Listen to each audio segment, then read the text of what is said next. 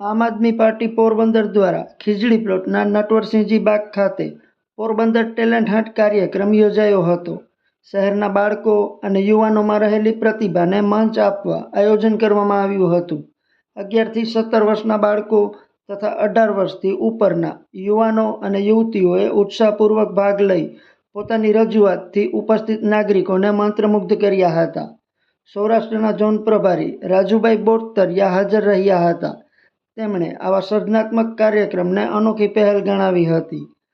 Project chairperson doctor Siddharth ગોકાણીએ જણાવ્યું હતું કે યુવાનોને પ્રોત્સાહિત કરવાનો પ્રયાસ સફળ રહ્યો હતો. કાર્યક્રમનું આયોજન આમ આદમી પાર્ટી પોરબંદર અને ટીમ ધન્યતા દ્વારા કરવામાં આવ્યું હતું. નિર્ણાયક તરીકે જાહિદ નાગોરી અને ચાંદનીબેન મલકાણે સેવાઓ આપી હતી, જ્યારે સંચાલન ડોક્ટર સિદ્ધાર્થ ગોકાણી અને નેહાબેન અટારા દ્વારા કરવામાં આવ્યું હતું.